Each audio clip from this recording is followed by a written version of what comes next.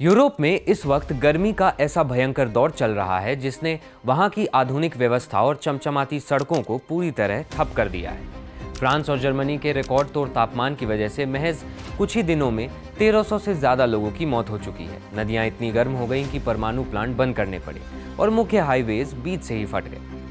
पूरी दुनिया इसे सदी की सबसे बड़ी इमरजेंसी कह रही है, लेकिन इस बड़ी हेडलाइन के पीछे भारत के लिए एक बड़ा सबक छिपा है, क्योंकि जिस तापमान पर आज पूरा यूरोप घुटनों पर है, हमारे यहाँ की सड़कें हर साल उससे कहीं ज़्यादा तापमान पर खौलती रहती हैं। इस वीडियो में हम समझेंगे कि आखिर यूरोप में इस गर्मी से क्या हालात हैं और इससे निपटने के लिए वहाँ क्या क्या कदम उठाए जा रहे हैं। नमस्कार, मेरा नाम वरुण है और आप देख रहे हैं जिस्ट। 20 जून 2026 को यूरोप में एक ऐसी भीषण हीट वेव की शुरुआत हुई जिसे वैज्ञानिकों ने अब तक के इतिहास की सबसे बड़ी मेडिकल इमरजेंसी घोषित कर दिया है। हालात इस कदर बिगड़ चुके हैं कि WHO के director general social media platform x पर लिखते हैं कि इस वक्त यूरोप के करीब 15 करोड़ लोग एक्सेसिव हीट के साये में जीने को मजबूर हैं। सैकड़ों लोगों की मौत हो चुकी है, स्कूल बंद हैं और इलेक्ट्रिसिटी ग्रिड फेल हो रहे हैं। उन्होंने साफ चेतावनी दी है कि क्लाइमेट चेंज की वजह से जो हीट वेव कभी एक पीढ़ी में एक बार आती थी, वो अब हर साल आ रही है और इसके लिए हमें पहले से ही आगाह किया गया था। फ्रांस में national average temperature 44.3 degree Celsius तक पहुंच गया, जो वहां के इतिहास में अब तक का सबसे बड़ा रिकॉर्ड है। वहीं जर्मनी में पारा 41.7 डिग्री सेल्सियस दर्ज किया गया और वहां के 16 में से 13 राज्यों ने गर्मी के अपने ही ऑल टाइम रिकॉर्ड्स को तोड़ दिया। इस जानलेवा गर्मी की वजह से हो रही मौतों का आंकड़ा भी आसमान छू रहा है। WHO ने पुष्टि की है कि 21 जून से अब तक पूरे यूरोप में 1300 से ज्यादा अतिरिक्त मौतें हो चुकी हैं। सिर्फ फ्रांस की बात करें तो बुधवार 25 जून को वहां 1200 से ज्यादा लोगों की जान गई, जबकि अगले 2 दिनों का ये आंकड़ा प्रतिदिन 1400 के पार चला गया। आंकड़ों के मुताबिक सामान्य दिनों में फ्रांस में रोजाना करीब 900 से 1000 मौतें होती हैं, जिसका मतलब है कि इस हीट वेव के पीक पर हर दिन एक्सेस 400 से 500 लोग दम तोड़ रहे हैं। मरने वालों में 85% ऐसे बुजुर्ग हैं जिनकी उम्र 65 साल से ज़्यादा है।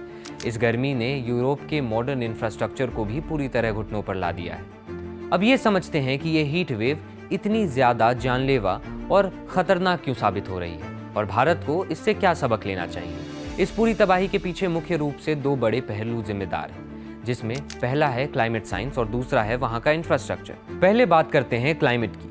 Royal Holloway university of London के लॉरी पार्सन्स ने अल जजीरा को बताया कि आज हम जैसी हीट वेव देख रहे हैं, उनके आने की आशंका प्री क्लाइमेट चेंज के दौर के मुकाबले करीब 30 गुना ज़्यादा बढ़ चुकी है। इस वक्त यूरोप में वो असाधारण गर्मी पड़ रही है जो कभी 300 साल में एक बार होने वाली घटना हुआ करती थी, लेकिन अब ये हर दशक में एक से ज़्यादा बार दस्तक दे रही है। इसका सीधा मतलब ये है कि जो तबाही 300 साल में एक बार आती थी, वो अब हर साल हमारे सामने खड़ी रहती है। इस वक्त global average temperature pre industrial level से 1.25 डिग्री सेल्सियस ऊपर चल रहा है और सबसे चिंताजनक बात यह है कि यूरोप इस ग्लोबल वार्मिंग को दुनिया के एवरेज से 2 गुनी स्पीड पर महसूस कर रहा है। इस भयानक हीट वेव का असली विलेन है ओमेगा ब्लॉक। ओमेगा ब्लॉक हवा के ऊंचे दबाव का एक ऐसा खतरनाक सिस्टम है जो गर्म हवा को एक ही इलाके के ऊपर पूरी तरह कैद कर देता है। एटमॉस्फेयर में ये ग्रीक भाषा के लेटर ओमेगा जैसा आकार बनाता है, इसीलिए वैज्ञानिक इसे ओमेगा ब्लॉक कहते हैं। इसका असर ये होता है कि बाहर से गर्म हवा अंदर आती तो है, लेकिन ये ब्लॉक उन्हें बाहर नहीं निकलने देता और नतीजा होता है कि उस पूरे इलाके में गर्मी और दबाव लगातार बढ़ता चला जाता है। अमूमन गर्मियों की रात का गिरता हुआ तापमान लोगों को थोड़ी राहत देता है, लेकिन इस ओमेगा ब्लॉक ने वो राहत भी छीन ली है। अब इस कहानी के दूसरे पहलू यानी वहाँ के इंफ्रास्ट्रक्चर को समझते हैं। यूरोप के घर, सड़कें और ट्रांसपोर्ट नेटवर्क हमेशा से एक ठंडे देश के हिसाब से डिज़ाइन किए गए हैं। पूरे यूरोप में सिर्फ 20% घर ऐसे हैं जहां एसी लगा हुआ है। नॉर्दर्न यूरोप की इमारतें इस तरह बनाई गई हैं ताकि वो अपने अंदर गर्मी को रोक कर रख सकें। सर्दियों में तो ये डिज़ाइन वरदान साबित होता है, लेकिन 40 डिग्री की गर्मी में यही डिज़ाइन लोगों के लिए एक जलता हुआ पिंजरा बन गया है और यही वजह है कि 40 डिग्री पर पहुंचते ही यूरोप के सारे सिस्टम्स एक एक करके फेल होने लगते हैं। वहाँ के न्यूक्लियर प्लांट्स नदियों के पानी से ठंडे किए जाते हैं, लेकिन जब नदियाँ खुद खोलने लगीं तो स्विट्जरलैंड के बेजनाउ प्लांट को बंद करना पड़ा।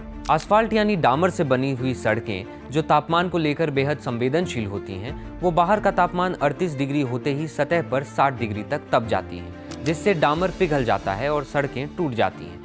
वहीं रेल की पटरियां भी अत्यधिक गर्मी से फैलने और मुड़ने लगती हैं, जिसके कारण लाइप्जिग के ट्राम्स और स्टॉकहोम गॉटेनबर्ग का रेल कॉरिडोर पूरी तरह ठप हो गया।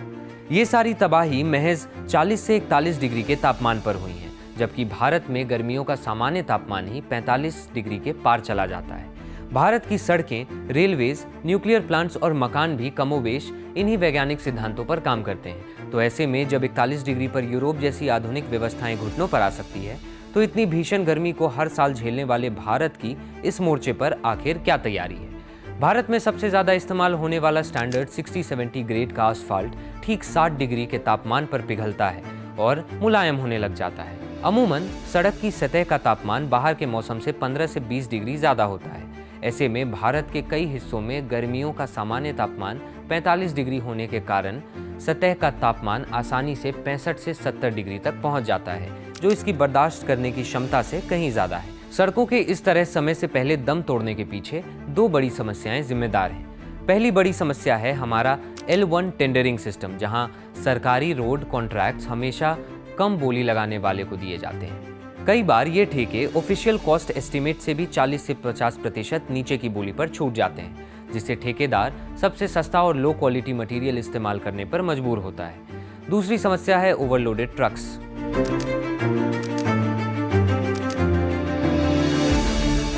भारत में दौड़ने वाले 60 से 70% ट्रक्स अपने तय कानूनी क्षमता से 20 से 50% तक ज्यादा लोड लेकर चलते हैं, जो सड़कों की उम्र को आधा कर देता है। लेकिन इस भयानक गर्मी की मार सिर्फ सड़कों तक सीमित नहीं है। यूरोप में इस हीटवेव के दौरान जो दूसरे बड़े सिस्टम्स फेल हुए हैं, वो भारत के पूरे इंफ्रास्ट्रक्चर के लिए एक बहुत बड़ी और गंभीर चेतावनी है।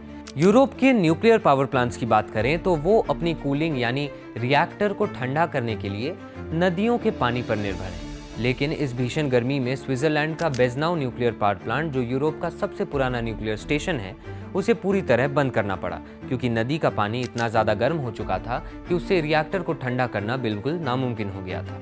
रेल और पब्लिक ट्रांसपोर्ट का भी कुछ ऐसा ही हाल है। जर्मनी के ब्रांडेनबर्ग में हैम्बर्ग से प्राग जा रही एक ट्रेन अचानक से रुक जाती है और उसके रुकने के कारण 600 यात्री डिब्बे के अंदर फंस जाते हैं। ट्रेन में बिजली कट गई, जिसकी वजह से एसी बंद हो गया और दरवाजे भी लॉक हो गए, जिसके बाद इमरजेंसी रिस्पॉन्डर्स को दरवाजे तोड़कर लोगों को बाहर निकालना पड़ा। इसके अलावा स्वीडन का स्टॉकहोम गॉटेनबर्ग रेल कॉरिडोर पूरी तरह बंद हो गया और लाइप्जिग शहर में ट्राम सेवाएं 21 जून तक के लिए ठप कर दी गई। भारत में रेल की पटरियां इसी तरह गर्मियों की वजह से फैलती हैं और यही वजह है कि गर्मियों में ट्रेनों की रफ्तार कम करने के लिए स्पीड रेस्ट्रिक्शंस लगाना एक बेहद आम बात है। इस जानलेवा गर्मी ने यूरोप के हेल्थ केयर सिस्टम यानी स्वास्थ्य सेवाओं को भी पूरी तरह से लाचार कर दिया है। यूके के ईस्ट सरी हॉस्पिटल ने हालात बेकाबू होने पर अपनी सेवाओं को सिर्फ इमरजेंसी सर्विसेज तक ही सीमित कर दिया। पूरे यूरोप में इमरजेंसी मेडिकल कॉल्स के मामलों में अचानक 20% की भारी बढ़ोतरी देखी गई। यूरोप का क्राइसिस आज इंटरनेशनल मीडिया में सबसे बड़ी ब्रेकिंग न्यूज बन गई है, मगर ऐसी ही चीजें, शायद इससे कहीं बदतर हालात हर साल भारत में देखने को मिलते हैं। जब हमारे देश में सड़कें पिघलती हैं, लंबे पावर कट्स होते हैं, अस्पताल मरीजों से भर जाते हैं और भीषण गर्मी के कारण जानें चली जाती हैं, तो हम उसे बेहद सामान्य मानकर स्वीकार कर लेते हैं। ये कड़वी हकीकत हमें सोचने पर मजबूर करती है कि क्या हम सिर्फ एक समाज के तौर पर इस जलते हुए संकट से आंखें मूंद रहे हैं, या फिर हमारा पूरा सिस्टम ही इस बदलते क्लाइमेट के सामने लाचार हो चुका है। अब आप इस पूरे घटनाक्रम पर क्या सोचते हैं, अपनी राय कमेंट्स में जरूर बताएं। देश और दुनिया की बड़ी खबरों के लिए देखते रहिए जिस्ट। शुक्रिया।